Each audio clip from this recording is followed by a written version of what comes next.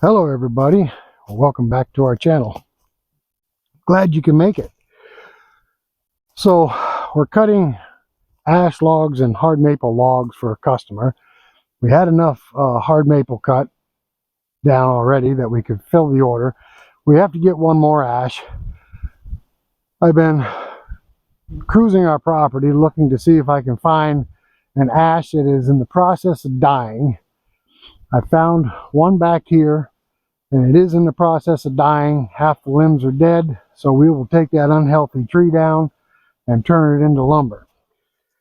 So one of the other channels that we watch, Mike Wilson of Wilson Forest Lands, he pointed out a very important subject this morning, and the subject was about predators that we have to deal with while we're in these woods. Now, we have lots of bears here. We see bears all the time. Bears don't really bother us. If you run across them, they run away. If you get between a mother bear and her cubs, get yourself out of the way real quick and you'll be fine with that also. Black bears are not aggressive. We have coyotes, occasional wolf sighting. They don't bother you either, but I'll tell you what does bother you, and I'll tell you what will attack you in a heartbeat, and Mike Wilson pointed that out this morning, and that is ground bees.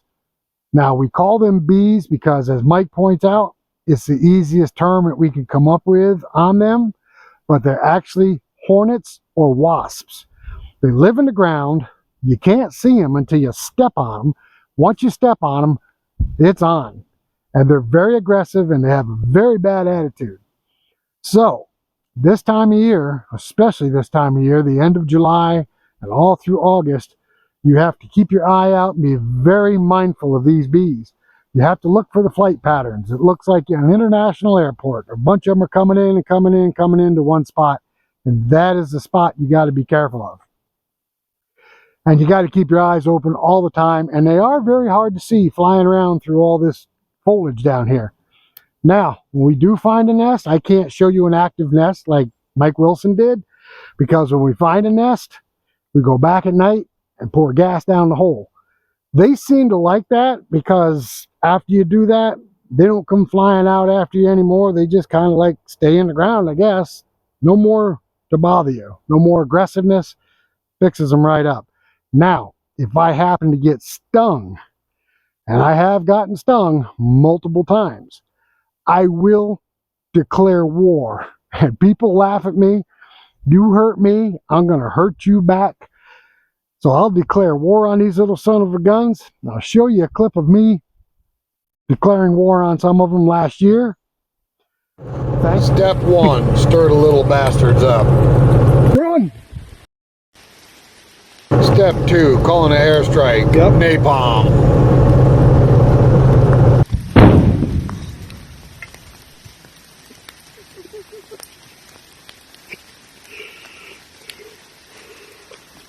Here in the Adirondacks, we don't have to deal with forest fires. We're usually wet during the winter. We have enough trails cut through our property where we can section off a block if we do happen to get a fire and put it out pretty quick. All right, so what we're going to do is we're going to open up a trail through here to get to that ash tree that's dying back there. I've already walked through once, but I got to keep my eyes open for these hornets or ground wasps or whatever you want to call them. These nasty little critters. All right, so let's get started on this. We'll open up a trail. Okay, so I've already started cutting the path. You can see the four-wheeler sitting there. We got to come in through here. That stump right there I've already cut. Cleared out this brush right here. Now here's another problem with them stupid little ground bees. Little, I call them little. Pains in the neck. You could be cutting brush like this and laying up against a stump like that, totally away from where you're working, and all of a sudden they'll boil out of that stump. They love dead stumps. So we're cutting down in here. We're starting to get in some wet areas, and usually in the wet areas those bees don't like the wet because they don't like to drown. Go figure. All right, so there's an ash tree right there. Another ash tree right here. You can see the bases of them are hollow. Now these trees will also contain bees, but those bees are usually honeybees. And honeybees, you give a pass to honeybees because they are good for nature. They help pollinate plants. They help take care of everything that nature needs to breed, trees, plants, flowers, whatever. And they produce honey. All right, so the tree we're heading for is over here. I don't know whether to go this way or this way, but we'll figure it out. Okay, so there's our target tree. If you look at the top of that tree, there's a bunch of dead limbs up there, no leaves. I think we got one branch up here that's still got leaves on it. So it means that the cambium is still somewhat intact on that tree, still trying to survive, but it probably will not survive the winter due to the beetle. So we're going to take that tree down. Looks like we might have 2 good logs in it, maybe 3 once you get above the crotch. And we'll go from there. Okay, you can see my saw back there by the tree, the target tree. We got the road cleared out pretty good. Thankfully, no predator bees, predator wasps. Now you notice I left the cut off limbs and stuff on the ground. Well, it's kind of soft right in there. It's like a swamp. That'll help the four-wheeler and the log arch stay up on top of the ground while we're pulling the weight of the tree out. Stuff up here on the high ground like this, I'll throw off the trail. Okay, I'm gonna go drive down in there, make sure I can get to the tree, pick up my chainsaw. Unfortunately, I can't cut the tree down by myself. I get in trouble. Last winter, sawing a tree down, it was already on the ground. I was cutting it up into 8-foot sections and the tree had pressure on it somehow, laying flat on the ground. And it kicked up and it tried to smite me. It landed on my left leg and pinned me tight. If it wasn't for the snow, I think it probably would have crushed my leg. Tim was there, got the tree cut, got it off of me. But after that incident, I am no longer allowed to cut trees by myself, which I've been doing for the last 50 years. Okay, I see another ash tree right there that also has no leaves in the top. It's not a very big tree, but we're not going to waste any of it. If it's still solid, we're going to take that one down too and cut that one up into boards of some sort. Hey, what fun is it for me to run the trail by myself?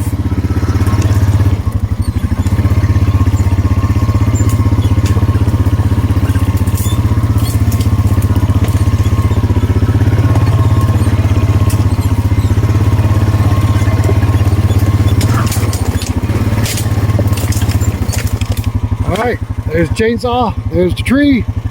By golly, I think we got it. Let's take our Spencer tape and measure that tree at head high, and let's see how big that log is. Okay, Spencer tape says, as high as I can reach it here with the tape, says that the tree is 14 inches in diameter right there. That's got to be close to 7 foot. Maybe 6.5. But the log doesn't taper very quick until it gets to the top. I think we got 2 8-foot logs in there, which will make it really nice. All right, put the chainsaw in the four-wheeler. Maybe we'll cruise around down here a little bit. We don't come into this part of the forest very often. See what we got. Okay, so you hear us talk about the deep, dark swamp. This is it. This is the deep, dark swamp that we talk about all the time. As you can see, it's not flat in here. We've got a bunch of hills and valleys, and while I'm videotaping, I gotta be careful and look out for bees at the same time. Or wasps, sorry if I used the term wrong.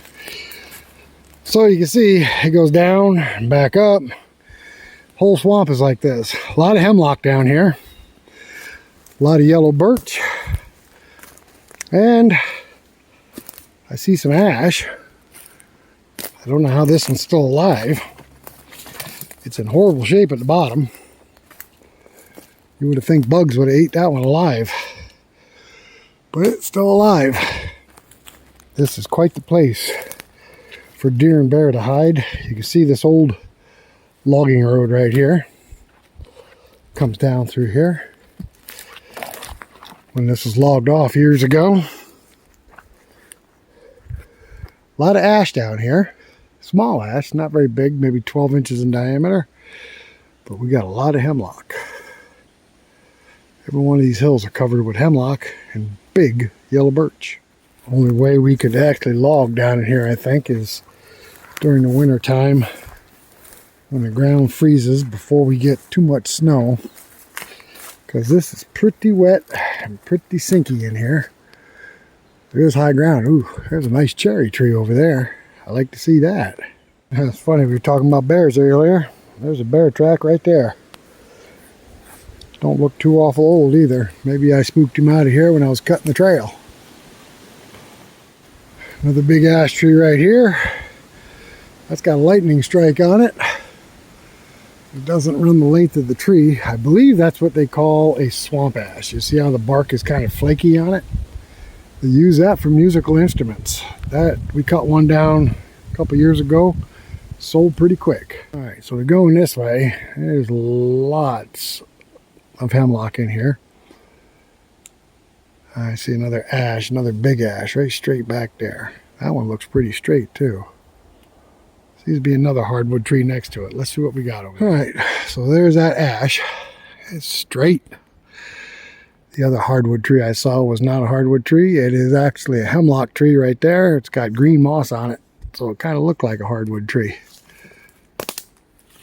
All right, let's go the other direction, see what we got. There's a nice spruce tree right there. Straight as an arrow.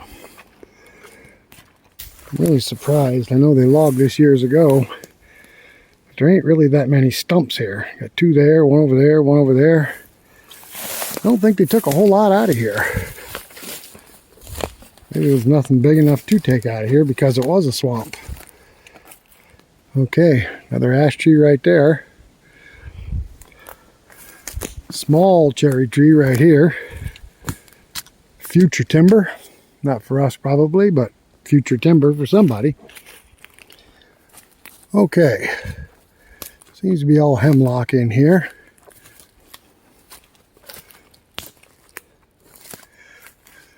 I did see a good sized cherry in here somewheres. I'm going to swing back around towards the four-wheeler, see if we can find that cherry tree and check it out. Okay, so I walked a little further south than I said I was going to find the boundary line. I guess we're not the only one that builds stands. It's got to be my neighbor's property, but we are close to the boundary line, very close. So I'm going to use Onyx maps and see if I can find the boundary line. So I know which trees are ours and which trees are not ours. All right, not that I'm advocating Onyx maps, but took me right to the boundary line.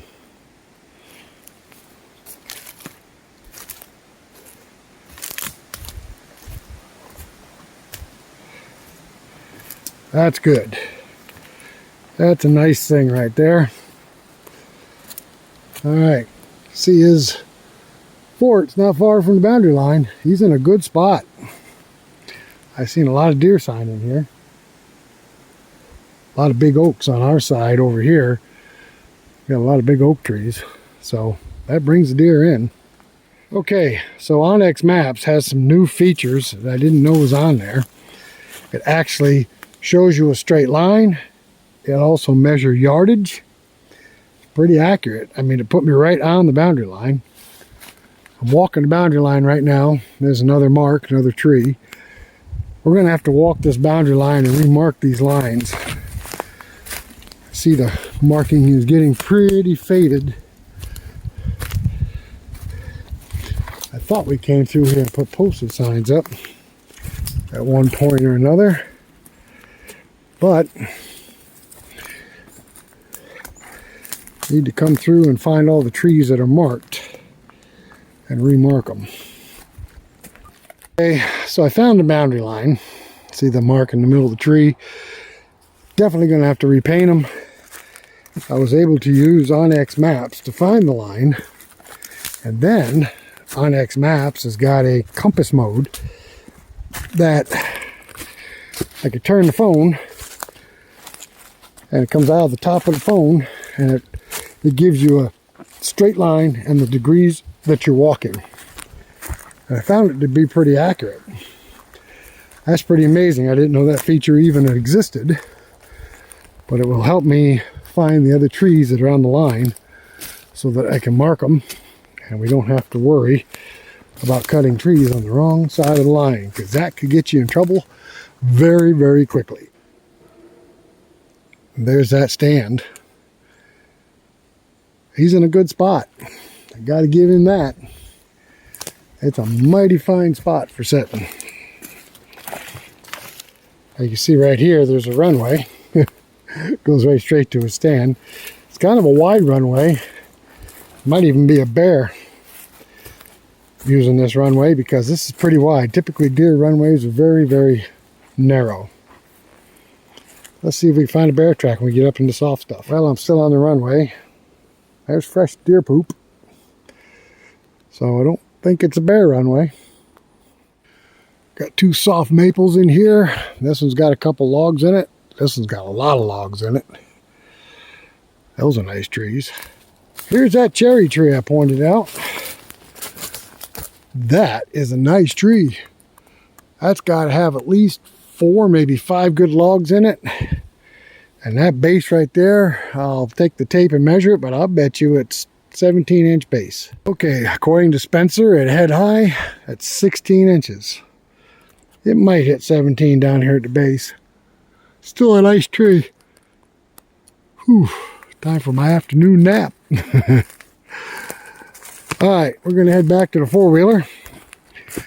That Spencer tape got a lot of information on it, but it's lacking a GPS or a compass. Hint, hint. Alright, four-wheeler should be this direction. We'll head that way. Okay, there's the telltale sign of the old logging road I told you about. The big ruts that Skidder made coming down in here. Obviously the ground wasn't frozen. And there's the four-wheeler right over there.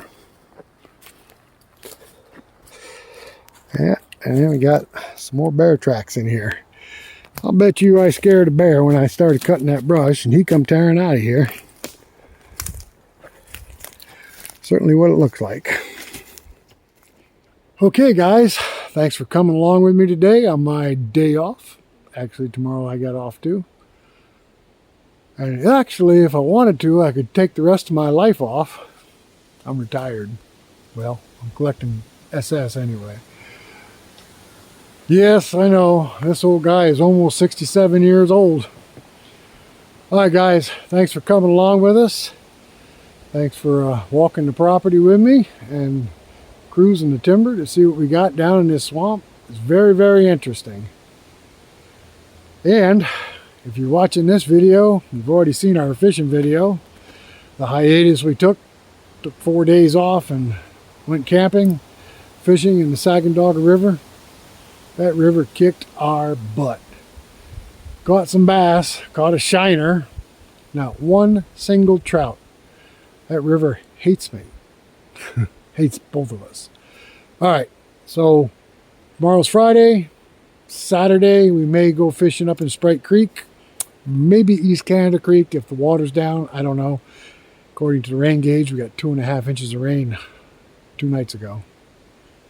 That plays hell with the creeks. Alright guys, thanks for watching. Thanks for coming along. If you're not subscribed, hit that subscription button. Hit that thumbs up. Let's try to make 100 thumbs up, 100 likes on our videos. I want to see if it makes a difference. We discussed with other channels about that likes and how it's supposed to get us out in the algorithm. Nobody can really figure that out, at least in our circle. People like the Morgans and, oh, what's the other guy there, the homesteader. Can't think of his name, but they seem to have figured out the algorithm. They get out there, they get 80,000 views within 24 hours. We're lucky if we get 1,000. Alright guys, we appreciate you following us. We appreciate you subscribing to our channel. Thanks for coming along. Hit that notifications bell. You know why. Until the next one, we will catch you later.